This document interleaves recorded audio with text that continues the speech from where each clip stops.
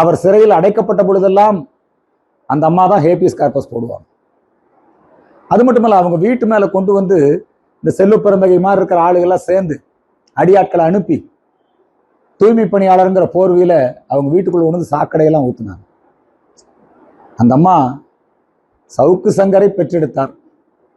ஆனா ஒரு அஞ்சாத ஒரு சிங்கமாக அந்த அம்மா வாழ்ந்து மறைந்திருக்கிறார். சவுக்கு சங்கரோடு எங்களுக்கு நிறைய கருத்து வேறுபாடுகள் உண்டு.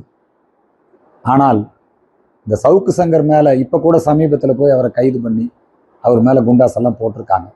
இதுக்கும் தேர்தல் நடத்தை விதிமுறைகள் அமலில் இருக்கும் பொழுதே எந்த அளவுக்கு இந்த திராவிட மாடல் அரசு அதிகாரிகளை, அரசு எந்திரத்தை, காவல்துறையை தவறாக பயன்படுத்துகிறது என்பதற்கு இதெல்லாம் உதாரணம்.